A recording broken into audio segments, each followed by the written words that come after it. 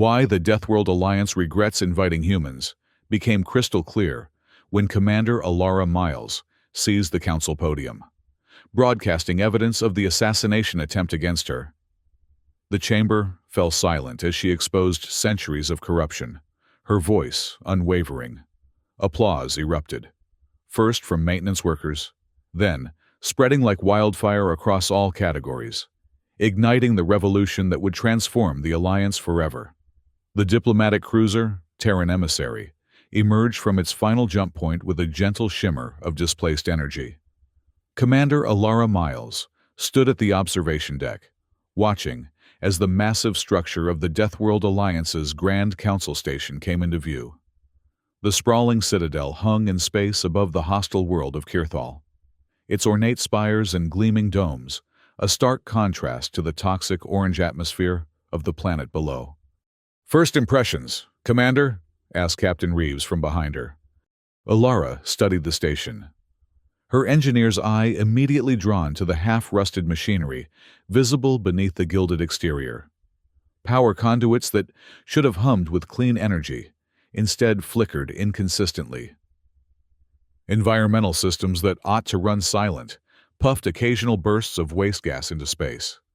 "It's a beautiful facade over questionable infrastructure," she replied, tapping her fingers against the railing.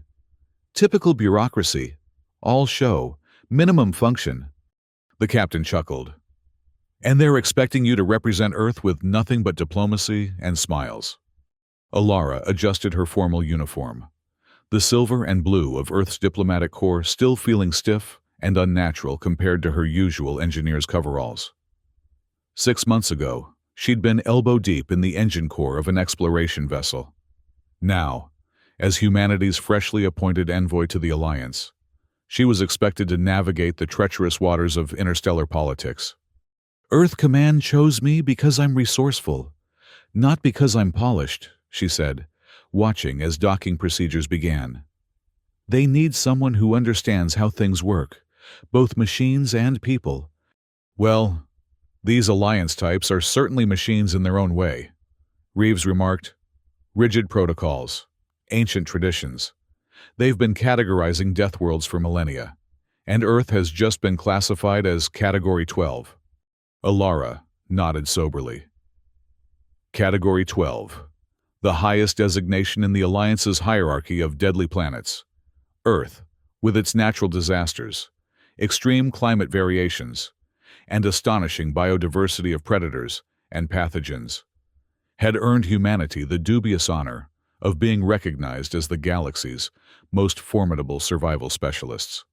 "They invited us because they respect our resilience," she said.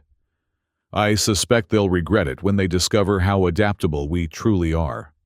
The ship docked with a gentle shudder, magnetic clamps securing it to the station's arrival bay. Alara took a deep breath, picked up her data tablet, and smoothed her expression into one of calm confidence. "Transmit my personal effects to the diplomatic quarters," she instructed. "And keep the engines warm. Captain, you never know when we might need a quick exit." The reception committee awaiting her at the airlock was a testament to the diverse nature of the Deathworld Alliance. 8 different species stood in precise formation, each bearing the distinctive markings of their world's category. Closest to the door stood a tall, willowy being with iridescent scales and 4 arms, folded in formal greeting posture, the station's master of protocol, if Alara's briefings were correct. "Commander Alara Miles," the being intoned, voice surprisingly melodic despite the rigid formality. "I am Veldrin, master of protocol and emissary of the Malar Dominion. On behalf of the Deathworld Alliance, I welcome Earth's first representative." Alara inclined her head in the precise angle indicated by her cultural briefings. Not too deep, which would signal subservience, but not too shallow, which would suggest arrogance. "The people of Earth are honored by the Alliance's recognition," she replied. "We look forward to contributing our unique perspective to your ancient and distinguished institution." Veldran's upper eyes narrowed slightly, almost imperceptibly, but his lower pair remained fixed in diplomatic pleasantness. Indeed, your unique perspective. Follow me, Commander. The High Chancellor awaits, and the ceremony of induction begins in precisely 47 minutes. As they processed through the cavernous halls of the station, Alara carefully observed her surroundings. The architectural grandeur was undeniable. Soaring arches of rare metals, gravity-defying sculptures that shifted and reformed continuously, holographic displays depicting the thousand-year history of the Alliance. Yet, beneath this splendor, she noted the same issues visible from outside: antiquated power systems, inefficient resource allocation, patchwork repairs where comprehensive overhauls were clearly needed. The procession passed through security checkpoints where guards, bearing the insignia of Category 10 worlds, planets of perpetual electrical storms and caustic atmosphere, eyed her with undisguised curiosity. Humanity's classification had apparently preceded her. Whispers followed in their wake. Is that truly the human? Category 12. Never thought I'd see one. They say they drink poison for pleasure and willingly expose themselves to radiation. Veldrin led her finally to an antechamber outside the Grand Council Hall. You will wait here until summoned, he instructed. The High Chancellor will perform the rite of categorical recognition, after which you will present Earth's formal petition for Alliance membership. Alara nodded, maintaining her diplomatic composure despite the flutter of nervous energy in her stomach. This wasn't her arena. She belonged in engine rooms and research labs, not grand political theaters. But Earth needed this alliance, needed the technology, the resources, and the protection it offered against the greater threats lurking in the unexplored regions of the galaxy. The Council appreciates punctuality and brevity, Commander, Veldrin added, a hint of condescension in his tone. Your species' tendency toward excessive expression would be best restrained during the ceremony. Before Alara could respond, the massive doors to the council chamber swung open, revealing a circular amphitheater filled with hundreds of delegates from across the known galaxy. At its center stood a raised dais where 9 beings, the High Council itself, sat in ornate chairs arranged in ascending order of their homeworld's categories. A sonorous tone echoed through the chamber, silencing all conversation. High Chancellor Pelrix, a massive, crystalline entity from a Category 11 radiation world, rose from the central chair. The Council recognizes Earth, third planet of the Sol system, as Category 12. The Chancellor's voice resonated through the chamber without need for amplification. Let its emissary approach and be acknowledged. Alara walked forward, conscious of thousands of alien eyes upon her. The ceremonial path to the center of the chamber seemed to stretch forever, but she maintained a steady pace, neither rushing nor dawdling. Commander Alara Miles of Earth, she announced herself upon reaching the prescribed spot. I come bearing the gratitude and commitment of my people. High Chancellor Pelrix's crystalline structure shifted, refracting light in patterns that conveyed emotion in ways Alara's translation implant struggled to interpret. The Alliance has existed for 12,000 years by your reckoning, Pelrix stated. In that time, we have cataloged and classified 3 million worlds capable of supporting complex life. Of those, only 27,000 qualified as Deathworlds, planets whose natural conditions pose extreme challenges to sentient development. The Chancellor gestured to the Council members arrayed behind. Each category represents exponentially greater survival pressure. Each demands proportionally greater adaptations from its native species. Until now, no Category 12 world had produced a spacefaring civilization. Murmurs rippled through the assembly. Alara stood perfectly still, aware of the historical significance of this moment. Humans, Pelrix continued, have evolved on a planet of such diverse and persistent dangers that our classification system nearly required expansion.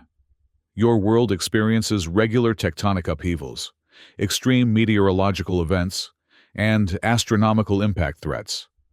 Your biosphere contains millions of venomous, predatory, or pathogenic species. Your radiation levels alone would sterilize most Category 8 life forms. The Chancellor leaned forward. Yet, despite these conditions, or perhaps because of them, you have not merely survived, but thrived. Your adaptability, resilience, and problem-solving capabilities represent the pinnacle of evolutionary success in hostile environments. It is for these qualities that we welcome Earth into the Deathworld Alliance. A formal crystal chime sounded, and servants approached bearing an ornate box. Inside lay a small metallic emblem, Earth's official designation mark. Commander Miles, do you accept this designation on behalf of humanity, and pledge to uphold the ancient laws and protocols of the Alliance? Alara took the emblem, feeling its surprising weight in her palm. On behalf of Earth and all its peoples, I accept this designation and pledge that humanity will honor the Alliance's principles while contributing our unique strengths to its future. The Chancellor's crystalline body shifted again, this time in what Alara interpreted as approval. Then it is done. Let the ceremonial banquet commence, and afterward, Earth's envoy will be instructed in her duties and privileges. As the assembly rose, a member of the council, a reptilian, being with scales that appeared to absorb rather than reflect light, leaned toward Pelrix and whispered something that Alara's enhanced hearing barely caught. We've never had a species quite like this before. Let us hope we have not made a grave miscalculation. The ceremonial banquet was held in a vast hall, whose transparent ceiling offered a stunning view of Kirthal's toxic atmosphere swirling below. Massive tables, arranged according to categorical hierarchy, hosted delegates from across the Alliance. Alara found herself seated at the high table, alongside the council members and representatives from other Category 10+ worlds. Servants moved efficiently between tables, bearing exotic dishes tailored to each species' biochemistry. Alara's place setting contained food specifically analyzed to be compatible with human physiology, a courtesy that must have required significant preparation.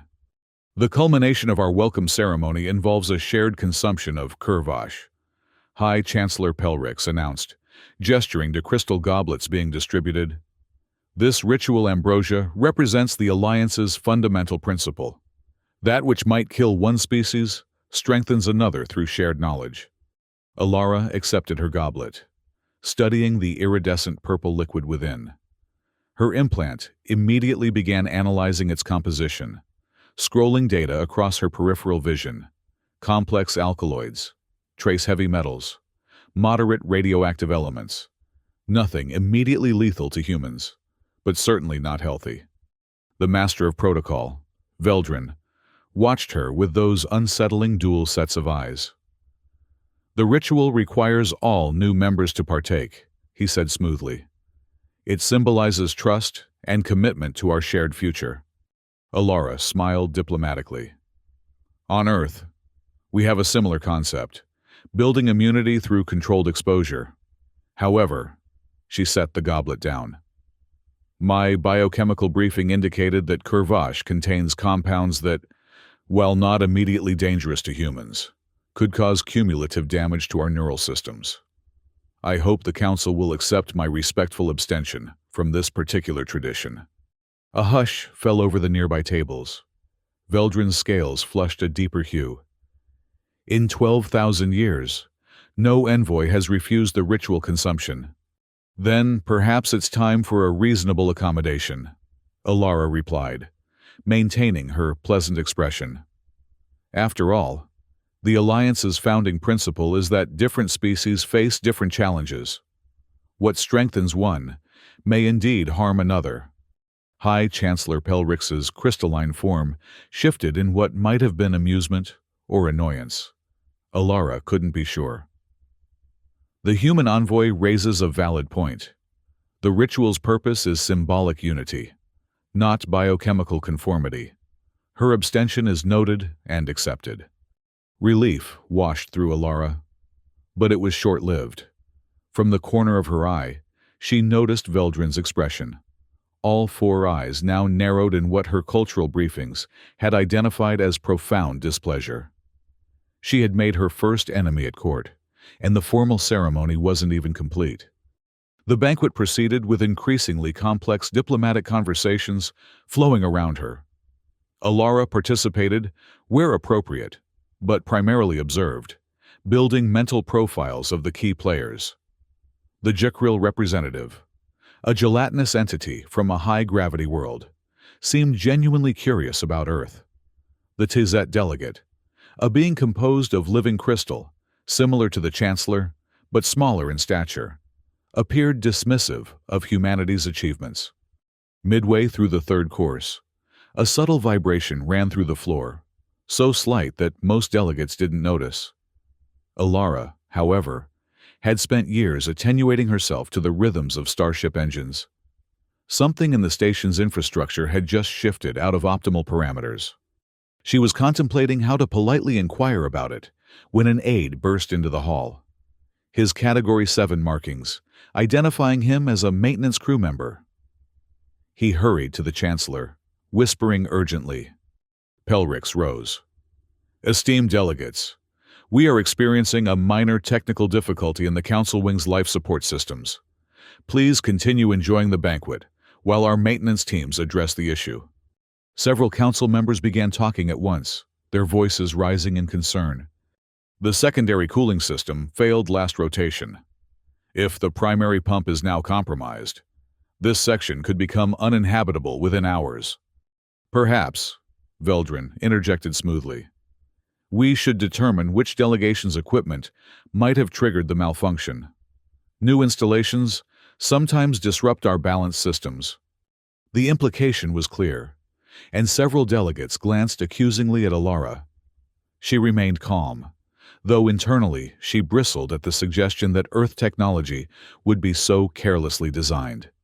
Chancellor, she said, rising from her seat, with your permission, I'd like to offer assistance. Before my diplomatic appointment, I specialized in environmental engineering systems. Veldren's scales rippled in obvious displeasure. This is hardly appropriate, Commander.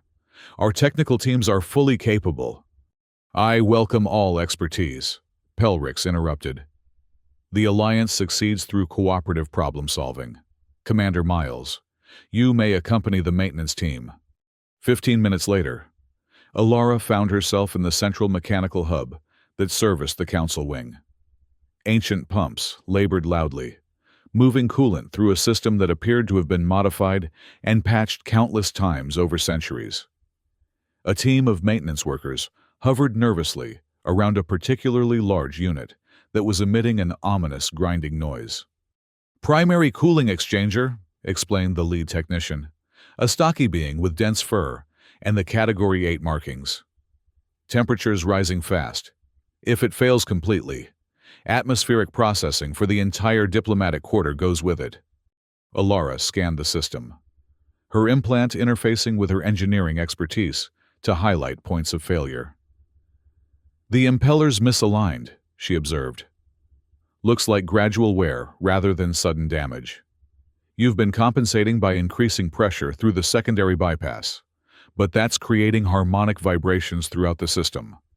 The technician, Sarnik, according to his name badge, looked at her with newfound respect. Exactly right, but we can't shut it down long enough for proper realignment without compromising life support to 12 decks. You don't need to shut it down, Alara said, already removing her formal jacket.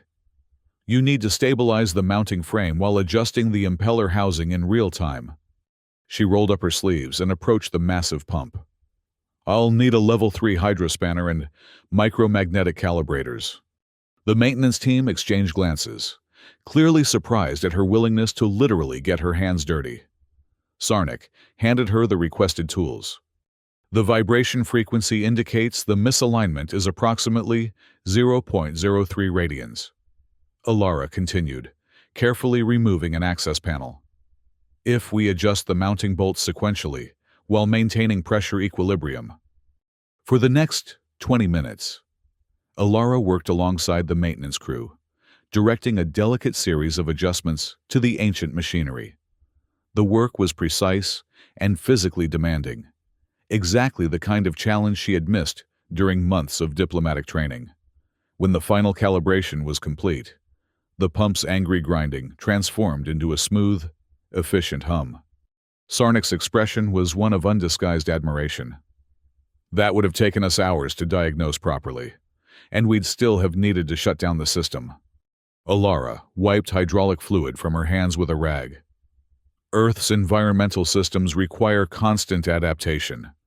You learn to fix things while they're running, or people die. She was about to ask more about the station's infrastructure when the maintenance bay doors slid open. Veldrin entered, flanked by 2 council aides. "The banquet has concluded, Commander Miles," he announced coldly. "Your unorthodox departure was noted by several delegations." Alara gestured to the now smoothly functioning pump. "The primary cooling exchanger has been realigned. It should function properly now." "How fortunate that Earth's envoy happens to be a mechanic," Veldrin replied, not bothering to hide his disdain. "However, diplomatic protocol dictates that delegates remain at ceremonial functions until formal dismissal. Your actions, while perhaps well-intentioned, have undermined council dignity." The maintenance crew seemed to shrink back, suddenly interested in their equipment rather than the confrontation. "I understood the Chancellor's permission as formal authorization," Alara replied evenly. "And I believe maintaining life support takes precedence over ceremonial protocol." Veldran's upper eyes narrowed to slits. "You will find, Commander, that in the Alliance, proper procedure often is the difference between life and death. A formal complaint has been lodged regarding your conduct, which the Protocol Committee will review tomorrow." He turned sharply. "Now, if you've finished playing engineer, an aide will escort you to your quarters." After Veldrin departed, Sarnik approached her quietly. "Don't take it personally. The Malar believe status is everything. Seeing a Category 12 representative doing manual labor violates their entire worldview." Alara nodded, understanding dawning. "It's not that I left the banquet. It's that I did work they consider beneath my station." "Exactly," Sarnik confirmed. "But between us, maintenance types, that was the most impressive bit of engineering I've seen in 20 cycles. The Category 8 worlds would welcome your practical approach." As Alara followed her escort toward her assigned quarters, she reflected on the complex power dynamics she'd glimpsed. The Alliance's rigid hierarchy wasn't just about planetary classification. It extended to every aspect of their society. And she, by simply being herself, had already begun disrupting it. The human quarters turned out to be surprisingly comfortable, environmentally tuned to Earth-standard gravity, humidity, and temperature. Alara spent her first night reviewing Alliance protocols and preparing for the committee hearing regarding her procedural violation. When morning cycle arrived, artificial, as the station maintained its own rhythm, independent of Kirthal below, she dressed in a fresh uniform and set out to face the consequences of her pragmatic approach. The protocol committee met in a smaller chamber adjacent to the main council hall. 5 delegates, representing different categorical tiers, sat in judgment. Veldrin, as master of protocol, presented the formal complaint. The Earth envoy abandoned a ceremonial function without proper dismissal, engaged in maintenance activities inappropriate to diplomatic status, and bypassed authorized technical teams. He summarized, "These actions demonstrate a concerning disregard for Alliance traditions that have maintained order for millennia." When her turn came to respond, Alara stood calmly. "High Committee members, I acted with the direct permission of Chancellor Pelrix in response to a potential environmental emergency.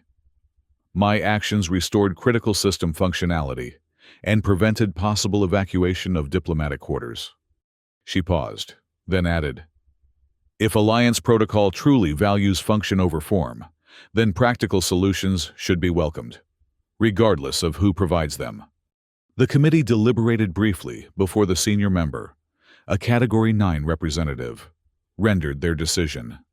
While the Chancellor's permission mitigates the severity of the protocol breach, the committee finds that Commander Miles should have requested technical assistance rather than personally engaging in maintenance activities. However, given the positive outcome, we issue only a formal caution rather than censure. It was a diplomatic compromise, but Alara could see from Veldrin's expression that he considered it insufficient punishment. As the committee adjourned, he approached her. "A lenient ruling," he remarked. "But make no mistake, Commander, the Alliance functions through careful adherence to established hierarchies. Category 12 status grants certain privileges, but it does not place humans above our collective traditions." "I appreciate the guidance," Alara replied neutrally. "Earth values both tradition and innovation. Finding balance between them is often our greatest challenge." Veldran's 4 eyes blinked in sequence, a gesture her cultural briefing had identified as skepticism. "Indeed. You will have ample opportunity to demonstrate this balance tomorrow, when the Council begins trade treaty negotiations. Earth's industrial capabilities are of particular interest to several delegations." After he departed, Alara found herself approached by Sarnik, who had apparently been waiting outside the chamber. "Not a bad outcome," the technician offered. "First-time offenders usually get harsher penalties." "I'm beginning to think that fixing machinery is simpler than navigating Alliance politics," Alara admitted. Sarnik glanced around before lowering his voice. "If you're interested in understanding how things really work here, meet me in Maintenance Junction, 47B after final shift. There are some things about the Alliance a new envoy should know, especially one who's not afraid to get her hands dirty." That evening, after navigating the labyrinthine service corridors of the station, Alara found herself in a small break room tucked between massive environmental processors. Sarnik was waiting, along with 3 other maintenance crew members representing different species, but all bearing Category 8 designations. "Welcome to where the real work happens," Sarnik said, offering her a seat at their small table. "This is Hakera, Ziv, and Jolin, senior techs from the Propulsion, Communications, and Life Support divisions." "We've heard about your cooling exchanger fix," Hakera said, mandibles clicking appreciatively. "Impressive improvisation." "Just basic engineering," Alara replied. "Though I'm curious why a station this important runs on such outdated systems." The 4 technicians exchanged meaningful glances. Sarnik spoke first.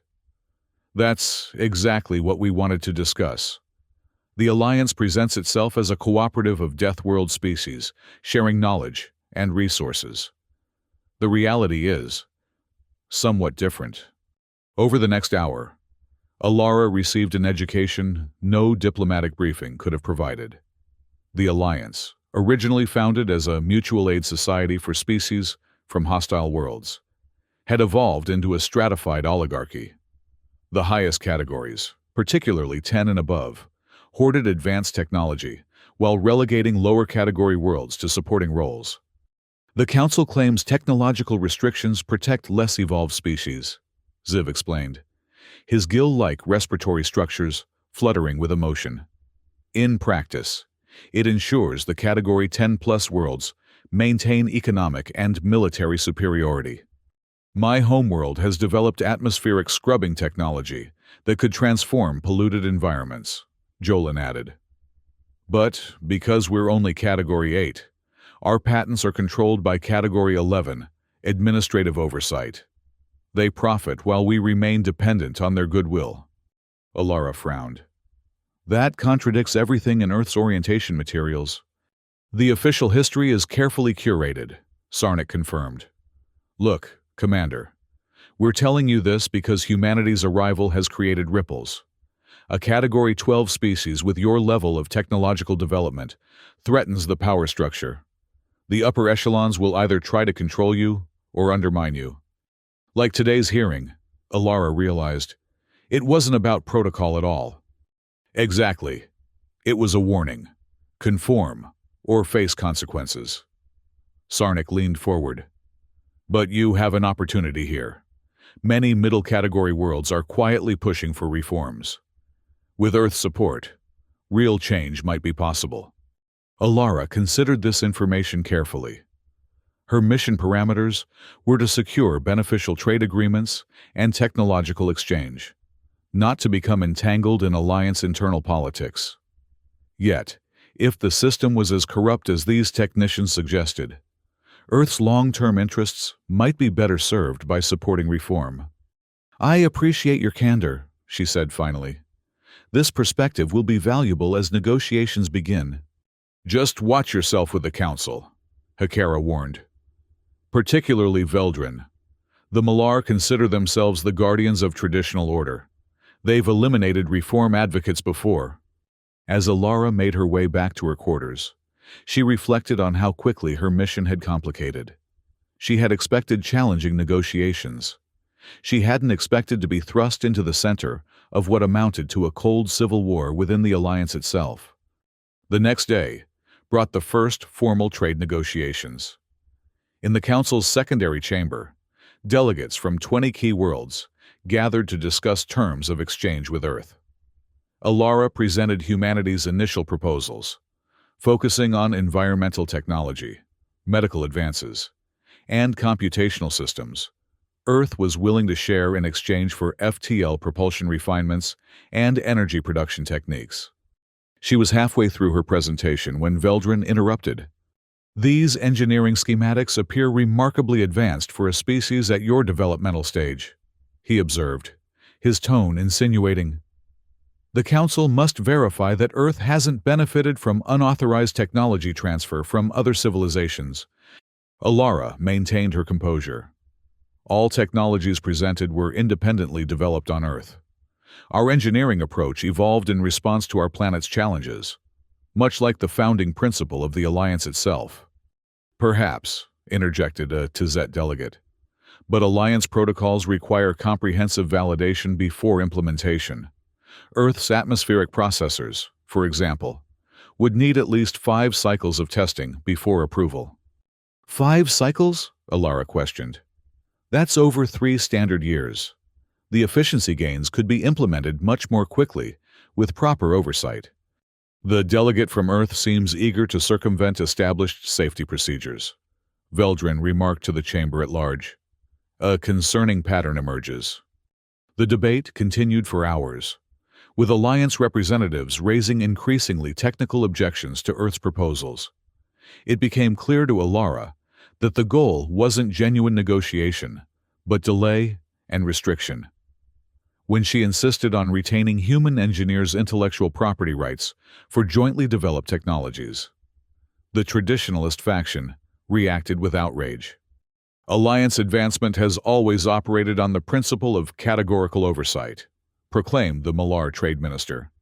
"Category 12 status grants Earth a voice in the Council, not independent development authority." By session's end, what should have been a straightforward exchange of mutually beneficial technologies had devolved into a procedural quagmire. As delegates filed out, Alara found herself approached by a representative from Threl, a Category 10 volcanic world. "Impressive resilience, Commander," the Threlian said, heat radiating from his obsidian-like skin. Few new delegates maintained such composure under Veldrin's interrogation. "Earth values directness," Alara replied. "I'd prefer honest opposition to procedural obstruction." The Threlian's magma-filled eyes seemed to assess her carefully. "You'll find little honesty in these chambers. But you should know, not all higher category worlds oppose Earth's inclusion. Some of us recognize the need for evolution in alliance structures." Before she could probe further, the Threlian moved away, leaving Alara with the distinct impression she'd just received a subtle offer of alliance from an unexpected quarter. Over the next week, Alara navigated an increasingly complex political landscape. During official sessions, she advocated for Earth's interests while carefully building relationships with moderate factions. In off hours, she continued meeting with Sarnik and his network of mid-level technicians, gaining invaluable insights into the station's operations and power dynamics. She learned that the council was divided into three main factions. The traditionalists, led by Veldrin, who viewed Earth's admission as a necessary evil at best. The reformists, a loose coalition of mainly categories 8 to 10, who saw humans as potential allies in modernizing the Alliance, and the pragmatists, led by Chancellor Pelrix, who sought to harness Earth's capabilities while maintaining existing power structures. On the 8th day, Alara received a formal invitation to a cultural exchange event hosted by the Chancellor. Such invitations were rare for new envoys, indicating either particular favor or specific interest in Earth. The event was held in one of the station's botanical chambers, a vast geodesic dome filled with carefully maintained specimens from dozens of Deathworlds. Plants that secreted acid grew alongside flowers that emitted radiation, all contained in specialized environmental fields. The combination created a strangely beautiful display of evolution's most extreme adaptations. High Chancellor Pelrix approached as Alara was examining a particularly striking specimen, a crystalline growth that seemed to pulse with internal energy. Kirthalian soul trap, the Chancellor explained. It lures prey by emitting signals that mimic distress calls, then rapidly encases them in crystal, while keeping them alive to feed upon their bioelectric energy. Efficient, Alara observed, though somewhat nightmarish by human standards. Yet humans keep equally deadly plants as decorative specimens, do they not? Your angel's trumpet could kill a Category 7 species with mere proximity. Alara smiled. Earth's biosphere taught us respect for elegant danger. We admire what we must also fear. A sophisticated perspective. Pelrix's crystalline form shifted in what Alara had come to recognize as thoughtfulness. Tell me, Commander, how do you find your initial experience with the Alliance? Illuminating, Alara replied diplomatically. Though I admit to some surprise at the administrative complexity surrounding technological exchange. Earth had hoped for more rapid implementation of mutually beneficial systems. The Alliance moves with deliberate caution, Pelrix said. Stability requires careful management of change, particularly when introducing elements as potentially disruptive as humanity. Disruptive? Alara questioned. Earth seeks partnership, not disruption. Perhaps disruption is merely change viewed through the lens of entrenched interest, the Chancellor responded. Tell me, in confidence, what do you make of the Master of Protocol's opposition to your initiatives? Alara chose her words carefully. I believe Veldrin upholds traditions that have served the Alliance for millennia. Whether those traditions remain optimal for current challenges is not for me to judge. Diplomatically phrased, Pelrix seemed amused. But understand this. Commander, your arrival has catalyzed tensions that existed long before Earth joined our collective. How you navigate these waters will determine not only humanity's place among us, but potentially the future direction of the Alliance itself. The Chancellor moved away to greet other guests, leaving Alara with the distinct impression she'd just been both warned and recruited. Before she could fully process the interaction, Veldrin appeared at her side. Enjoying the Chancellor's favor? He asked. All four eyes fixed on her with unsettling intensity. Enjoying the botanical collection? Alara corrected. The diversity of evolutionary responses to hostile environments is fascinating. Indeed. Some species adapt through physical means, heat resistance, poison immunity, enhanced strength. Others, Veldrin's scales shifted subtly. Develop more sophisticated adaptations, political acumen, cultural dominance, the wisdom to recognize threats before they materialize. All valid survival strategies, Alara agreed, meeting his gaze steadily. The wisest strategy is to test potential threats under controlled conditions, Veldrin continued. To quantify their capabilities before they can disrupt established order. That sounds less like scientific inquiry and more like deliberate provocation, Alara observed. Veldran's upper eyes narrowed. The induction committee has proposed a special assessment for Earth's representative, a standard evaluation of Category 12 capabilities in crisis response. The proposal will be approved tomorrow. I wasn't aware such evaluations were standard practice. For unprecedented classifications, special protocols apply, Veldrin replied. Rest assured, Commander, the assessment will be perfectly fair, merely challenging enough to validate humanity's remarkable reputation. The threat was barely veiled. As Veldrin glided away, Alara tapped her communication implant to contact Sarnik. I need everything you can find on Alliance capability assessments, she subvocalized. It seems I'm about to be tested. Sarnik's response was immediate and concerned. That's not standard procedure for new envoys. When and where? Tomorrow, apparently. Details forthcoming. This is Veldrin's doing. Sarnik's voice was grim. Meet me at Junction 33C in 1 hour. And Commander, bring any personal equipment you might need in an emergency. The Malar don't design tests to be passed. The capability assessment, formally announced the next morning, was framed as a routine evaluation for representatives of newly classified worlds. Alara, along with 3 other recent appointees, a Threlian magma being, a gaseous Hetherin, and a radiation-resistant Q-Lord, were scheduled for a simulated crisis response exercise in the station's central core. The scenario will test adaptation to multiple environmental hazards, explained the evaluation coordinator, a nervous Category 9 technician, clearly uncomfortable with his assignment. While safety protocols are in place, the exercise is designed to create genuine stress conditions appropriate to your categorical classifications. How convenient that 4 new envoys from Categories 10 through 12 arrived within the same cycle, Alara remarked, almost as if this routine assessment was specifically assembled for us. The coordinator avoided her gaze. The committee determines assessment timing. I merely implement protocols. Thanks to Sarnik's network. Alara entered the evaluation with critical advantages: schematics of the testing chamber, knowledge of the station's emergency systems, and, hidden in specially designed pockets, several compact tools that might prove useful in whatever scenario Veldrin had engineered. The testing chamber turned out to be a massive spherical space at the station's core, normally used for testing environmental systems before deployment to member worlds. The 4 envoys were positioned at equidistant points around its circumference, each at a basic control console. Veldran's voice echoed through the chamber. The assessment begins now.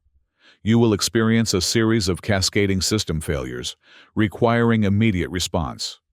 Performance will be evaluated on survival duration, resource management, and crisis mitigation. Council observers are monitoring from the control center. Without further warning, the chamber's gravity generators surged. Alara found herself suddenly weighing 3 times normal, her body straining against the increased pull. Simultaneously, a noxious yellow gas began seeping through vents near the floor, and power fluctuations caused the lighting to strobe disorienting patterns. Alara's training kicked in immediately. She fought against the crushing gravity to reach her console, using it for support while activating her implant's environmental analysis suite. The gas registered as a neurotoxic compound, not immediately lethal to humans, but capable of causing disorientation and eventually unconsciousness. Through the haze, she could see her fellow examinees struggling with their own responses. The Threlian seemed least affected by the gravity, but was visibly distressed by the gas. The gaseous Hetherin was actually contracting, its vaporous body condensing under pressure. The Q-Lord was remarkably stable, but unable to reach its console due to partial liquefaction of its lower extremities. Atmospheric processors at 20%, announced an automated voice. Gravity compensation failing, primary power nodes destabilizing. This was no mere test of individual survival, Alara realized. The scenario demanded cooperative problem-solving, or had been designed to make such cooperation impossible. She forced herself toward the central area where the 4 sections met, gesturing for the others to do the same. "Coordinate," she called out. "Each console controls different systems." The Threllian understood first, magma body flowing with visible effort toward the meeting point. "Environmental controls are locked down," he reported. "Cannot vent gas from my station. Power, fluctuating too rapidly. For stabilization," the Q-Lord added, its crystalline voice strained. The Hetheran had compressed to a dense fog hugging the floor. "Movement, difficult, cannot reach. Secondary controls." Alara's mind raced, assembling the puzzle pieces. "They've created interdependencies. No single console can solve the crisis." She pointed to her station. "I have partial access to environmental systems, but need power stabilization to implement changes." Working together despite the crushing gravity and spreading gas, they established a plan. The Q-Lord, most resistant to radiation, would handle power node stabilization. The Threllian would use its heat generation capabilities to create convection currents pushing the gas upward. The Hetheran, compressed near the floor, would access maintenance crawl spaces to reach manual override panels. Alara herself tackled the most complex challenge, reprogramming her console to bypass the security lockouts, preventing normal atmospheric control. As her fingers flew across the interface, she recognized the coding architecture from her earlier repair work. This wasn't just any simulation. Veldrin had repurposed actual station systems for this test. "Gravity increasing to 4G, announced the automated system. "Atmospheric toxicity reaching critical levels." The Hetheran had disappeared into a ventilation shaft. The Threllian was generating so much heat that the floor plates around it were beginning to glow. The Q-Lord had partially merged with its console, interfacing directly with the power systems in a way Alara found both disturbing and ingenious. Her own console suddenly sparked violently, control panels going dark. A deliberate sabotage trigger, she realized. They never intended her to succeed through conventional means. Fortunately, Alara had anticipated foul play. From her hidden pocket, she withdrew a compact multi-tool and pried open the console's maintenance panel. Inside, the circuitry was complex but familiar, similar to systems she'd repaired during her engineering career. Working by feel, as the gas made her vision blur, she cross-wired the primary command module to the diagnostic subsystem. "Power stabilization achieved at 40%, the Q-Lord announced, its voice distorted by its partial integration with the machine. "Thermal convection established," added the Threllian. "Gas concentration reducing near ceiling area." Through the ventilation system came the Hetheran's vaporous voice. "Manual override located, awaiting coordination." Alara completed her bypass. "Execute overrides on my mark. 3, 2, 1, now." The synchronized actions triggered a cascade of system responses. Emergency vents opened, sucking the toxic gas toward filtration systems. Gravity generators reset to standard levels, the crushing pressure suddenly lifting. Power levels stabilized across all systems as backup protocols engaged. "Simulation parameters exceeded," announced the automated system, sounding almost surprised. "Emergency protocols disengaged. Assessment complete." As normal lighting returned, and the chamber's environmental systems reset to standard, Alara looked at her fellow examinees with new respect. Despite being strangers from vastly different worlds, they had established effective communication and cooperation within minutes. "Impressive adaptation," the Threllian acknowledged, its magma body cooling to a less radiant state. "Unexpected outcome," agreed the Q-Lord, gradually separating itself from the console with audible crystalline sounds. The Hetheran emerged from the ventilation system, reforming into its normal gaseous shape. Alliance protocols did not predict cooperation efficiency. Alara was about to respond when she noticed something concerning: small cameras positioned throughout the chamber. This hadn't just been a test. It had been a broadcast. The Alliance had been watching. "I believe," she said carefully, "we were expected to compete rather than cooperate. Someone miscalculated." The chamber doors slid open, revealing an ashen-faced evaluation coordinator, and, behind him, High Chancellor Pelrix flanked by several council members. Noticeably absent was Veldrin.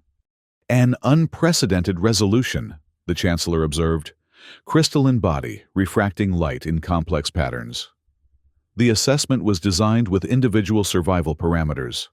No previous candidates have achieved systemic restoration.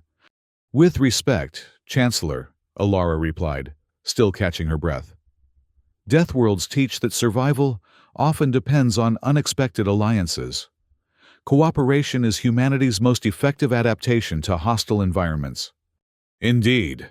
Pelrix turned to an aide. Distribute the assessment recordings to all member delegations. The results will be educational. As they exited the chamber, Alara noticed that news of their performance had already spread through the station. Delegates and staff alike watched them pass with expressions ranging from admiration to concern. She had survived Veldrin's trap, but in doing so, had likely escalated the conflict beyond diplomatic maneuvering. By station evening, footage of the assessment had gone viral across the Alliance communication network. Alara returned to her quarters to find a secure message waiting from Sarnik. Recording viewed 200,000 plus times across 1,500 plus worlds. Council in emergency session. Traditionalists demanding disciplinary action for assessment interference. Reformists citing results as evidence for protocol modernization. Watch your back. Veldrin won't forgive public embarrassment. The warning proved prescient. The following morning, Alara was summoned to an inquiry regarding her technical manipulations during the assessment. The committee, staffed entirely with traditionalist faction members, accused her of bringing unauthorized equipment into the testing chamber and sabotaging the evaluation parameters. The assessment was designed to measure individual categorical capabilities. The lead investigator stated, "By facilitating cross-species cooperation, you undermined its fundamental purpose." The assessment was presented as a crisis response exercise, Alara countered. In genuine crises, effective response often requires improvisation and collaboration. If the true purpose was to evaluate isolated performance, that should have been explicitly stated. Alliance protocols are not subject to your interpretation. Commander, snapped another committee member. The Master of Protocol has recommended your temporary suspension from Council activities, pending comprehensive review of Earth's integration status. It was a power play, using procedural mechanisms to sideline Earth, while the traditionalists regrouped. Alara maintained her diplomatic composure, but internally, she was calculating her options. Without Council access, her ability to build coalitions for Earth's trade proposals would be severely limited. I request formal documentation of alleged violations and the right to present evidence at a full Council hearing, she stated, invoking a rarely used but still valid Alliance statute. The committee members exchanged uncomfortable glances. Clearly, they had expected simple compliance. Request noted, the lead investigator finally replied. Documentation will be provided within 3 cycles. Until then, your Council access remains restricted to observer status. It was a partial victory. They couldn't completely exclude her without due process. But Alara knew the traditionalists would use the delay to consolidate opposition. As she left the hearing room, she found Sarnik waiting in an adjacent corridor. Bad, he asked quietly. Could be worse, she replied. Temporary restrictions, but I've demanded formal proceedings. Sarnik nodded grimly. The station's buzzing with rumors. Half the delegates are impressed by the assessment results. The other half are terrified by the implications. Veldrin's faction is pushing the narrative that Earth is deliberately undermining categorical hierarchy. We demonstrated effective problem-solving, Alara said. How is that undermining anything? You showed that cooperation across categories is more effective than hierarchical authority. Sarnik explained. That's revolutionary thinking by Alliance standards. The traditionalists built their power on the principle that higher categories must control lower ones for the collective good.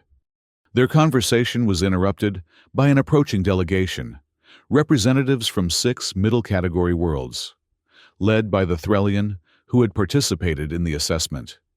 "Commander Miles," the Threllian's magma voice rumbled. "My delegation wishes to formally express appreciation for your innovative approach during yesterday's exercise.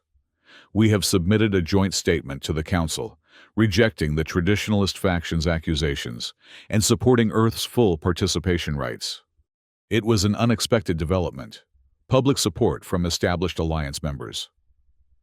"I appreciate your delegation's position," Alara replied carefully. "Earth remains committed to constructive cooperation within alliance frameworks." After the delegation departed, Sarnik's expression was cautiously optimistic. "You're building a coalition without even trying. The middle categories have been waiting for a catalyst to challenge the status quo." "I didn't come here to start a revolution," Alara said. "My mission is to secure beneficial agreements for Earth." "Perhaps those objectives aren't mutually exclusive," Sarnik suggested. "Reform could create a more equitable exchange environment for all members, including Earth." Alara was considering this perspective when her communication implant chimed with an emergency medical alert. The station's biosensors had detected a contamination event in the diplomatic quarter, specifically in the human envoy's quarters. "Someone's released a bioagent in my rooms," she told Sarnik, already moving toward the nearest security station. "Notify your maintenance contacts. This may not be an isolated incident." The security officer on duty confirmed the alert, but seemed strangely reluctant to investigate. "Standard decontamination protocols have been initiated. Please remain in public areas until the procedure completes." "What type of contaminant was detected?" Alara demanded. "Classification is restricted," the officer replied, not meeting her gaze. "Station Medical recommends no action for 72 hours. It was too convenient. A mysterious contamination requiring her to avoid her quarters for 3 days, coinciding exactly with the period before her formal hearing. Alara's suspicions crystallized into certainty. This wasn't a random event, but a deliberate attack. "I need to speak with Station Medical immediately," she insisted. "All medical personnel are currently responding to priority situations," the officer replied. "A representative will contact you when available." Sarnik pulled her aside as they left the security station. "This isn't right. Let me check something." He accessed a maintenance terminal, bypassing security protocols with practiced ease. "There's no general contamination alert, only a localized one specific to your quarters. And it's been flagged with diplomatic security overrides." "Meaning?" "Meaning someone with high-level access authorized this. Only council members or the master of protocol could implement such measures without medical verification." Alara's implant had been continuously monitoring her physiological status since the alert.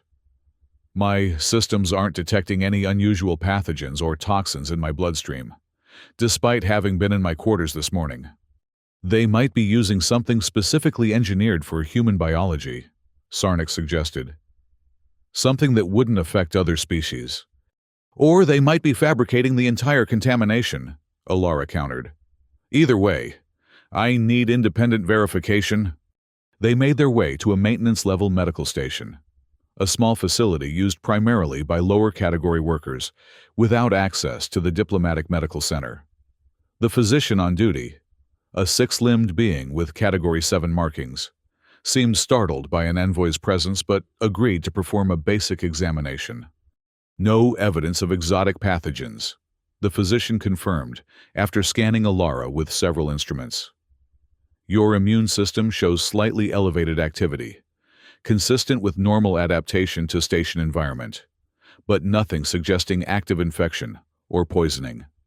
"Could you check for bioagents specifically harmful to human physiology?" Alara asked. The physician hesitated. "That would require accessing the xenobiology database, which is restricted to—" "I can authorize temporary access," Sarnik interrupted, sliding a maintenance override card across the desk. Engineering emergency protocols. With reluctant compliance, the physician conducted a more comprehensive scan, comparing results against the restricted database. There is something unusual, they finally admitted. Trace evidence of a synthetic compound designed to target human neurological systems.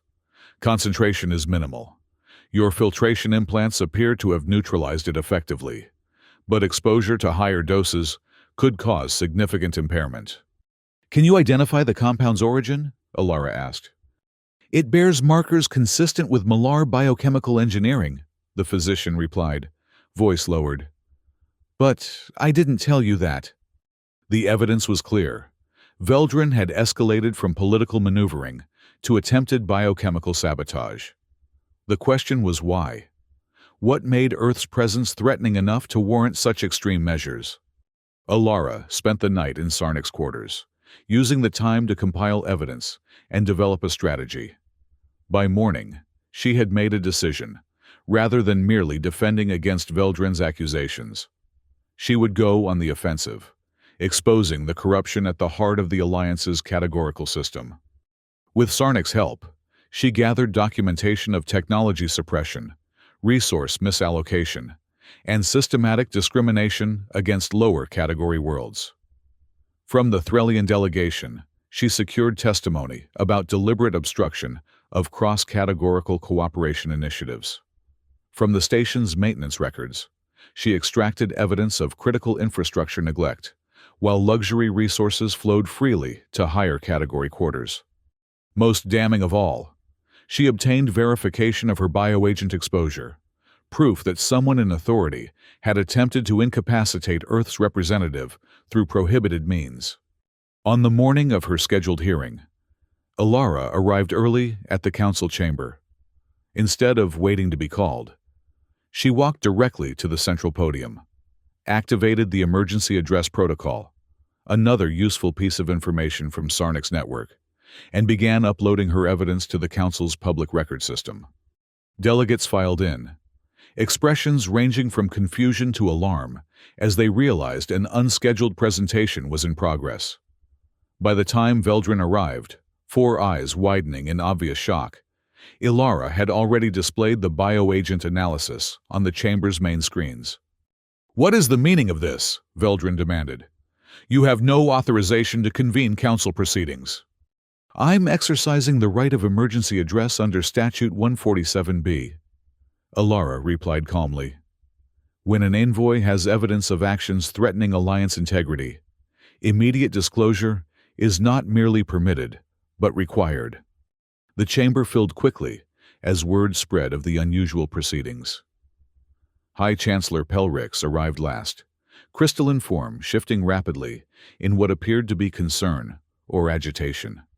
"Commander Miles," the Chancellor intoned, "this is most irregular. Your hearing was scheduled for—" "With respect, Chancellor," Alara interrupted. "The irregularity began when someone released a neurological toxin in my quarters, a compound specifically designed to impair human cognitive function before my hearing." Murmurs swept through the assembled delegates. Alara continued, methodically presenting her evidence, first of the bioagent attack, then expanding to the broader pattern of categorical abuse and corruption.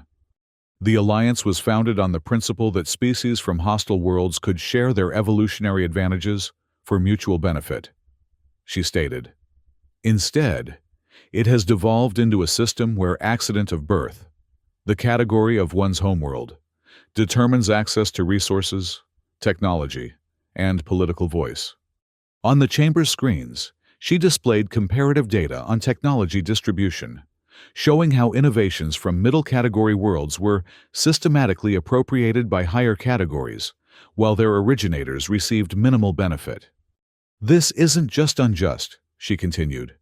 "It's inefficient. The assessment exercise demonstrated that cross-categorical cooperation produces superior results to hierarchical control, yet the current system actively discourages such collaboration." Veldran finally found his voice. "These accusations are baseless," The commander from Earth attempts to destabilize our ancient order because her species cannot adapt to civilized protocols.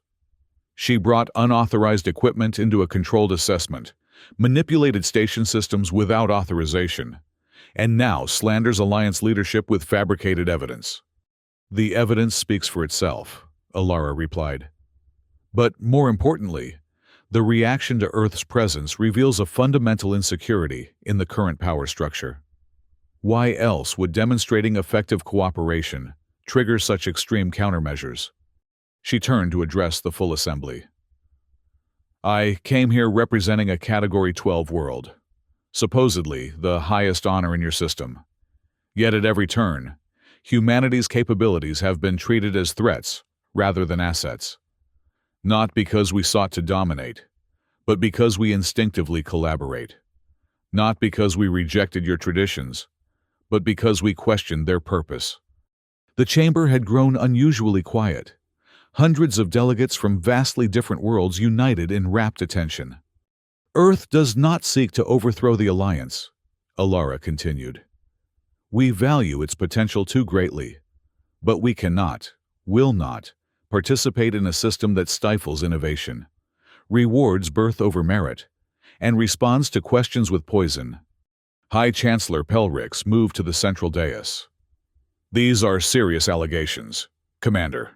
The Council will require time to investigate fully. Investigation is appropriate, Alara agreed. But it must be transparent and inclusive. No faction, not even the highest categories, should be exempt from scrutiny. From the gallery came a sound Alara hadn't heard before in the council chamber. Applause. It began with the maintenance staff stationed along the walls, quickly spreading to middle category delegates, and finally reaching even some representatives from categories 10 and 11.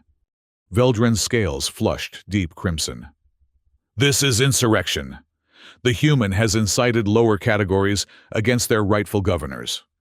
I've presented evidence of systemic dysfunction, Alara corrected.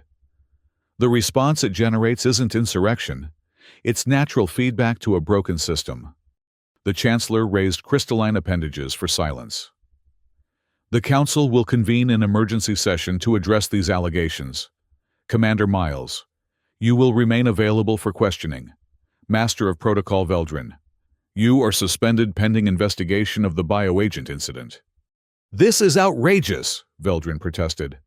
I am the guardian of Alliance traditions.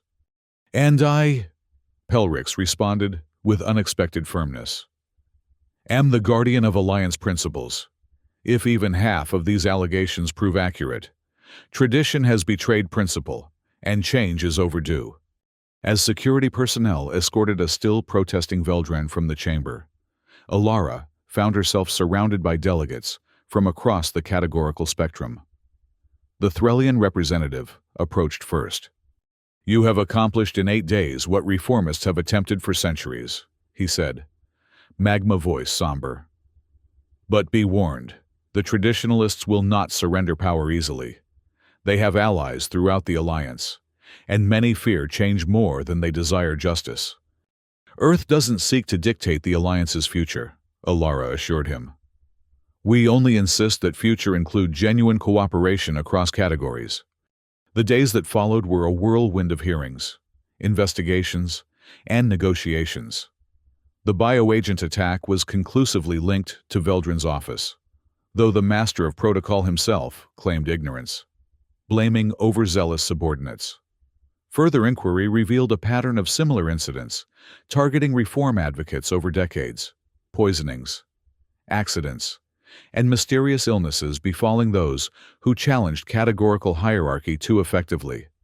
The Council remained in emergency session, with factions realigning as evidence mounted. Some higher category representatives joined the reform movement, recognizing that genuine merit-based advancement would strengthen the Alliance rather than weaken it. Others doubled down on traditionalist positions, warning of chaos if natural order was abandoned. Through it all, Alara worked tirelessly, testifying when required, advising reformists on strategy, and continuing to advocate for Earth's original mission objectives. The trade agreements she had initially sought were now embedded in broader reform proposals, with technology exchange freed from categorical restrictions and intellectual property rights guaranteed regardless of planetary classification. 1 month after her emergency address, Alara was summoned to a private meeting with High Chancellor Pelrix. She found the crystalline being in the botanical garden where they had spoken before, contemplating the deadly beauty of Kirthal's flora. "You have catalyzed profound change, Commander Miles," Pelrix observed without preamble.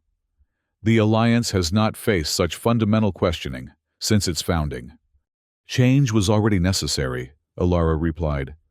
"Earth merely provided the spark." "Perhaps, but sparks require specific conditions to become flames." The Chancellor's crystalline structure shifted in complex patterns. "The reforms currently under consideration would significantly alter our governance structure.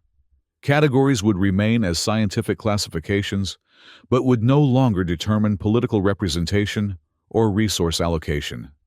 "That seems more aligned with the Alliance's founding principles," Alara observed. "Indeed. Yet implementation requires leadership, experienced guidance to prevent the pendulum swinging too far toward chaos." Pelrix turned fully toward her. "The Council has voted to establish a Reform Implementation Committee with extraordinary powers for the transition period. They wish you to chair it." Alara blinked in surprise. "Me? I've been here barely 5 weeks. Surely there are more qualified candidates among established reformists." "There are more experienced candidates," Pelrix agreed, "but none with your unique combination of technical expertise, diplomatic skill, and moral authority. Your categorical status gives you standing with traditionalists, while your actions have earned the trust of reformists." The offer was simultaneously flattering and concerning. Leading the reform process would give Earth unprecedented influence in shaping the Alliance's future. But it would also bind Alara to the station indefinitely, potentially compromising her independence. "This wasn't my mission," she said carefully. "I came to establish trade relations, not remake Alliance governance." "Yet, here we are," Pelrix replied. "Sometimes the universe places us where we are needed, rather than where we intended to go. And if I decline, the reforms will proceed, but more slowly and with greater resistance. Many worlds, particularly in categories 7 through 9, have made their support conditional on your involvement. They trust you in a way they do not trust each other, precisely because Earth has no entrenched interests in the old system." Alara considered the implications carefully. The mission parameters from Earth Command had included flexibility to pursue opportunities advancing human interests. Surely helping shape a more equitable alliance qualified, yet the responsibility was enormous. "I would need certain guarantees," she said finally. "Earth's autonomy must be preserved. Our technological development cannot be restricted by Alliance oversight, even during the transition period." "Reasonable conditions," Pelrix agreed, "though some will see them as special treatment." "Not special treatment, a model for the new relationship between the Alliance and all member worlds. Each retains sovereign development rights while committing to ethical exchange protocols." The Chancellor's crystalline form shifted in what might have been amusement. "You negotiate like one born to politics, Commander. Perhaps humanity's greatest adaptation is versatility itself." 3 days later, in a formal ceremony, broadcast across thousands of worlds, Alara accepted appointment to the newly established Reform Committee. Standing before the assembled council, she reflected on how dramatically circumstances had changed since her arrival. What began as a standard diplomatic mission had evolved into something far more significant, both for Earth and for the Alliance itself. "The path ahead will not be simple," she told the Assembly. "Meaningful change never is. We must dismantle systems of privilege without destroying the collaborative foundation that makes the Alliance valuable. We must honor worthy traditions while discarding those that merely preserve power imbalances. Most importantly, we must build mechanisms that allow every world, regardless of categorical classification, to contribute according to its abilities and benefit according to its needs. As she concluded her address, Alara caught sight of Sarnik among the maintenance crew at the chamber's perimeter. The Category 8 technician who had become her first ally on the station gave a subtle gesture of approval. Beside him stood representatives from dozens of previously marginalized worlds, their expressions hopeful yet cautious, aware that the real work of transformation was just beginning.